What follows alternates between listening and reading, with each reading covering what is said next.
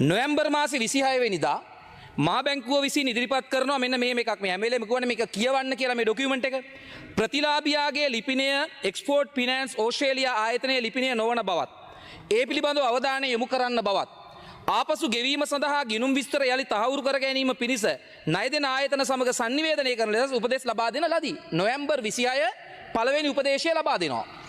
කාටද? මුදල් අමාත්‍යාංශයට. දෙවැනි උපදේශය ලබා දෙනවා ඉන්දියාව විසින්.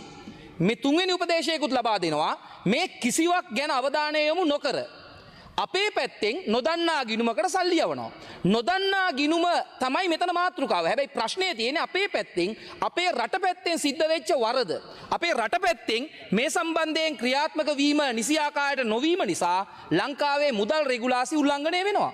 ඒ මුදල් රෙගුලාසි උල්ලංඝනය වීමත් එක්ක ප්‍රශ්නයක් වුණා. සල්ලි වගේක් ගියා. අපි සතුව තිබිච්ච සල්ලි වගේක් නොසැලකිලිමත් භාවය නිසා ගියා. ඔය වාර්තාවේ ඊළඟට තියෙනවා මේ පිළිබඳව පරීක්ෂණ කරලා පිටුවංක 20 අදාළ නිලධාරීන්ගේ ක්‍රියාකලාපයේ නොදැනුවත්කම ආකාරයක්ෂමතාවය හා නොසැලකිලිමත් භාවය මත පදනම් වූවක්ද යන්න සොයා බලන්න කියලා. ඒතර ඔය වාර්තාවේ තියෙන කරුණු දෙකක්. ඊළඟ එක තමයි මේ වැඩේ නිසා මොන වැඩේද? ඩොලර් මිලියන් 2.5ක් නොසැලකිලිමත් ලෙස වෙනත් නොදන්නා ගිණුමකට යැවීම නිසා මුදල් රෙගුලාසි උල්ලංඝනය වෙනවා. මුදල් රෙගුලාසි 104.1 ඒ වගේ වෙලාවක කළ යුතු වැඩක් තියෙනවා. ඒතර ඒක උල්ලංඝනය වෙනවා. ඊළඟට ඒ උල්ලංඝනය වීමට පස්සේ කළ යුතු වැඩ වගේක් තියෙනවා. ඒ වැඩ ටික සිද්ධ වුණාද? පළවෙනි ක්‍රියාවලිය තමයි ප්‍රාරම්භක වාර්තාවක් ඉදිරිපත් කරන්න ඕනේ. කළාද? ආණ්ඩුව පැත්තෙන් දෙන්න ඕන උත්තරේ ඕක. ඊට පස්සේ දින 7ක් ඇතුළත මේක ලැබුණේ නැත්නම් ඊළඟට කරන්න ඕන දේ තියෙනවා. පූර්ණ වාර්තාවක් පරීක්ෂණයෙන් පසු ඉදිරිපත් කරන්න ඕනේ. ආණ්ඩුව පැත්තෙන් ඉදිරිපත් වුණාද? මේ මුදල් අමාත්‍යාංශ ලේකම්වරයාගේ පැත්තෙන් ඉදිරිපත් වුණාද? එහෙම උනේ නැත්නම් මුදල් අමාත්‍යාංශ ලේකම්වරයා වෙනුවෙන් මුදල් අමාත්‍යාංශ ලේකම්වරයාට විරුද්ධව මුදල් අමාත්‍යවරයා කටයුතු කළාද?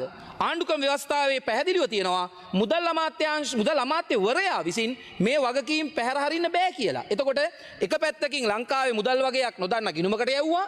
ඒ යවීම පිළිබඳව නිලධාරීන්ට රෙයිව පරීක්ෂණ සිද්ධ වුණාද? ඒ වෙනුවෙන් කටයුතු කළාද කියන එක තමයි විපක්ෂයේ හැටියට අපි ප්‍රශ්න කරන්නේ. එතකොට මේ සල්ලි ටික ගියේ කොහෙටද? ඒක පිළිබඳව හොයාගන්න එක වෙනම වැඩක්. හැබැයි අපේ කතාව තමයි මේ පිළිබඳව නිසි පරීක්ෂණයක් නියමාකාරයට සිද්ධ වෙලා නැහැ.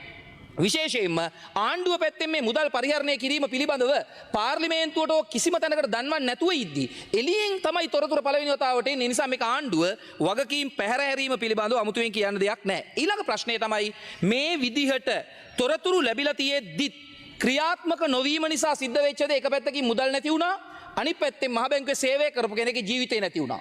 මේ විදිහට කරුණු ලැබිලා තියෙද්දි නිසි ආකාරයට ක්‍රියාත්මක නොවීම නිසා තමයි පූජිත් ජයසුන්දර සහ හේමසිරි ප්‍රනාන්දු කියන දෙන්නට මරණ දඬුවම නියම වුණේ. එතකොට මෙතනත් ඒ අපරාධමය වරද සිද්ධ වෙනවා.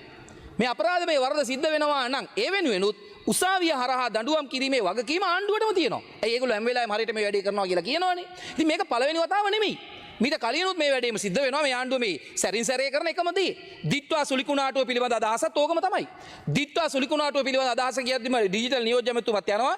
සභානායකතුමාම කිව්වා එයා වෙනුවෙන් ක්‍රියාත්මක වෙනවා කියලා. ක්‍රියාත්මක වුණාද? නෑනේ අද වෙනකන්.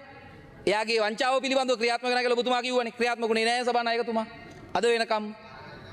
ඒ ඩිජිටල් නියෝජ්‍ය අමාත්‍ය රංග ගුණසේකර ඒකම පස්සේ කියන්න මේ කතාවට දාලව ඩිජිටල් අමාත්‍යාංශයත් එක්ක යා කරන ව්‍යාපාර පිළිබඳව ඉතින් මේ හදිස්සි ආපු එකක් දැකපු නිසා ඩොලර් මිලියන් 2.5 විතරක් නෙවෙයි ඊළඟ එක තමයි දිට්වා සුලිකුණාටුව පිළිබඳව කාලගුණ විද්‍යා දෙපාර්තමේන්තුව අසල්වාසී රටවල් දන්වලා තියෙද්දි ඒ පිළිබඳව කටයුතු නොකිරීම නිසා මිනිස් ජීවිත 800ක් විතර හානි මිය ගියා. ඒකෙන් සැලකිය යුතු පිරිසක් බේරගන්න තිබ්බා. ආණ්ඩුව අදාළ අමාත්‍යවරයා නිසි ආකාරයට කටයුතු කළා නම් ඒක තේරුම තමයි නොසැලකිලිමත් ලෙස කටයුතු කිරීම සහ තමන්ට කැමති තමන් ආස කරන නිලධාරීන් අදාළ ආයතන වලට පත් කරගත්තට පස්සේ ඒ අයට මේ කාර්ය ක්‍රියාවලිය නිසි ආකාරයට කරන්න බැරුව යනවා.